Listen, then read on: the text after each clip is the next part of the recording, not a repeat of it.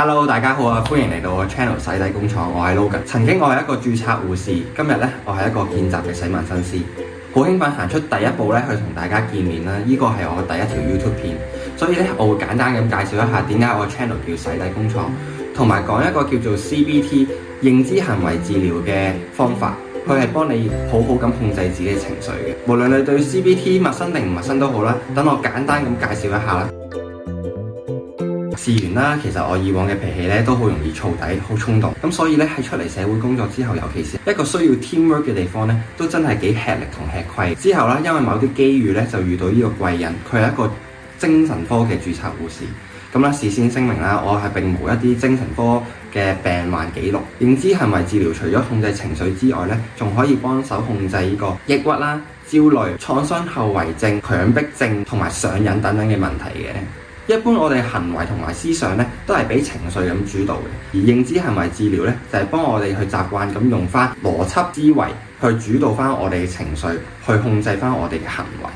每一次我哋俾一件事去牽動我哋情緒嘅時候咧，中間會經過一個叫自動化諗法嘅階段，同大家介紹一下咩叫自動化諗法啦。係指特定嘅情況下，大腦中自動反射性地產生一啲無意識嘅認知同內在對話。呢啲諗法咧，通常都係非理性同埋消極嘅。喺我一開始學點樣揾呢個自動化諗法嘅時候咧，我都比較吃力，好唔清楚究竟係點樣。因為一鬧人嘅時候咧，通常都係粗口橫飛，但係呢啲粗口咧，其實咧一啲意思都冇，只係純情緒嘅發泄。而我哋要揾嘅咧係鬧人嗰個內容同佢實質背後嘅意義。你可以透過問點解我會有呢個情緒啦。第二就係我背後鬧人呢句説話內容同意義在於乜嘢。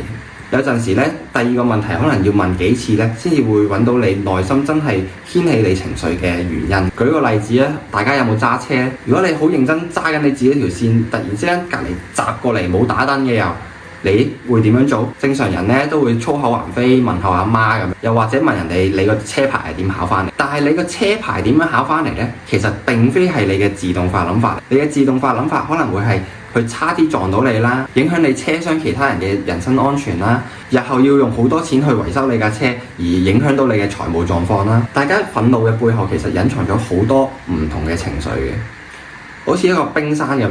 我哋嬲呢個情緒咧，只係冰山表面嘅冰山一角，而冰山下面咧，可能隱藏咗嘅係擔心啊、恐懼、期望被人接納等等嘅呢啲唔同嘅情緒。用翻頭先嘅例子嚟講啦，喺架車只係爭啲撞到你而未真係撞到你嘅時候，你個腦已經聯想到無限延伸負面嘅結果。唔知大家之前有冇睇過一條網上面兩公婆揸緊車，跟住無啦啦有嚿嘢砸爛成個擋風玻璃，但係人冇事嘅片呢？咁嗰個老婆呢，喺條片嗰度呢，最後係話：天啊，老公，我們可以換車啦！其實如果大家停一停，諗一諗，錯同埋唔合理嘅諗法會唔會係我哋自己呢？又或者事情嘅發展唔一定只係得一個負面嘅結果，有可能會有啲意外嘅收穫。揾到自動化諗法同埋佢背後嘅意思之後呢，我哋就跳落下一個 step， 就係呢個謬誤思想啦。謬誤思想就係幫我哋睇下我哋呢個自動化諗法佢背後嘅原因呢係點樣唔合理嘅。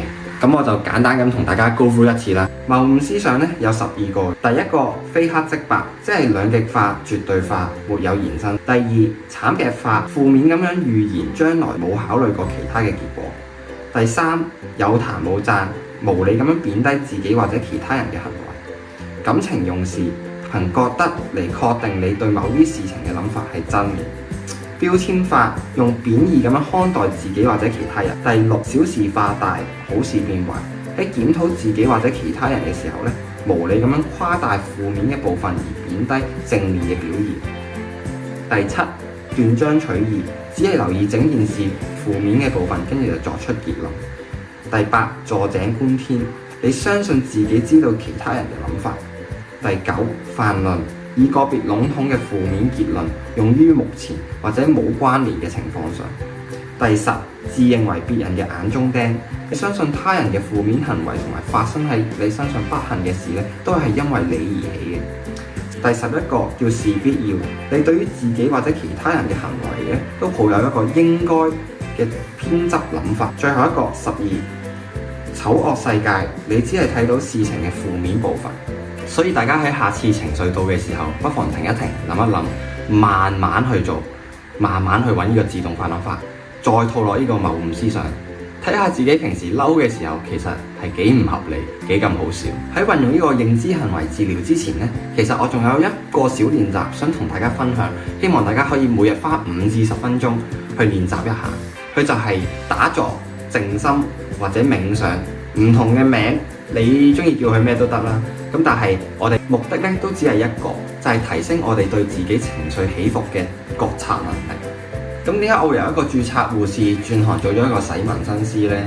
見習洗紋身師。其實我由細到大咧都冇一個人生嘅方向同埋目標嘅。翻去中學嘅時候，大概係2013、2015呢啲時間啦。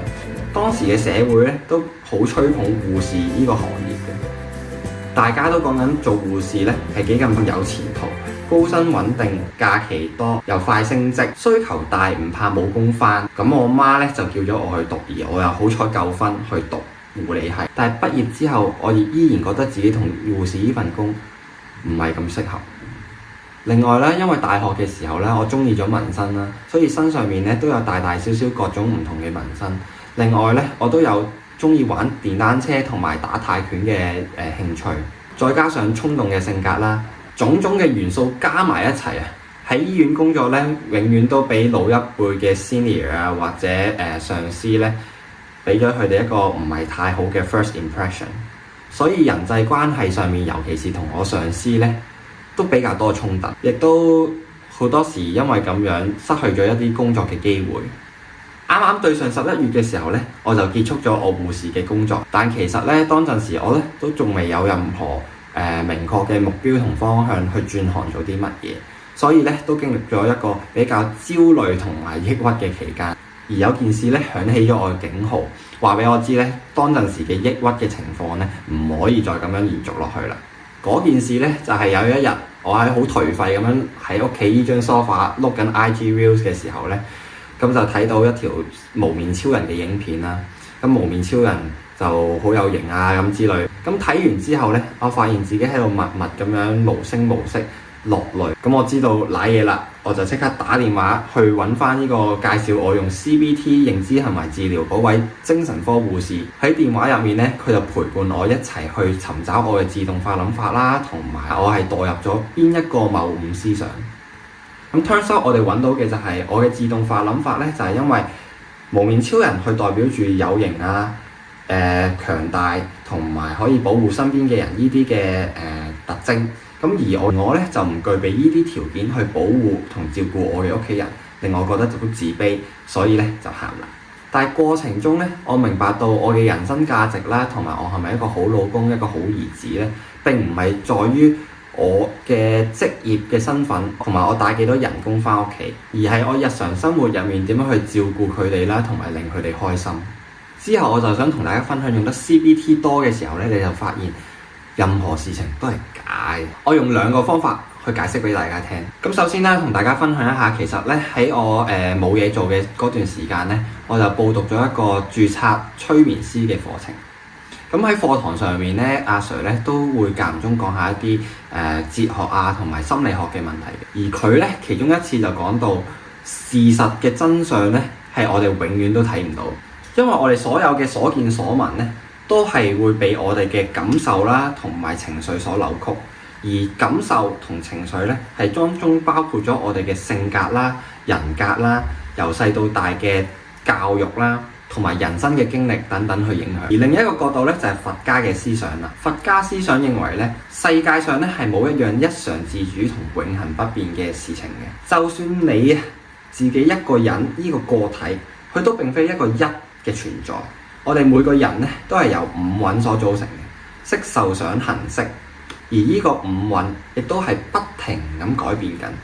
咁所以如果你可以專注喺當下嘅時候，而掀起你情緒波動嘅嗰件事件過去咗，你亦都冇辦法去證實佢嘅時候，你又專注在喺之後嘅嗰個當下，咁仲何必咁執着呢？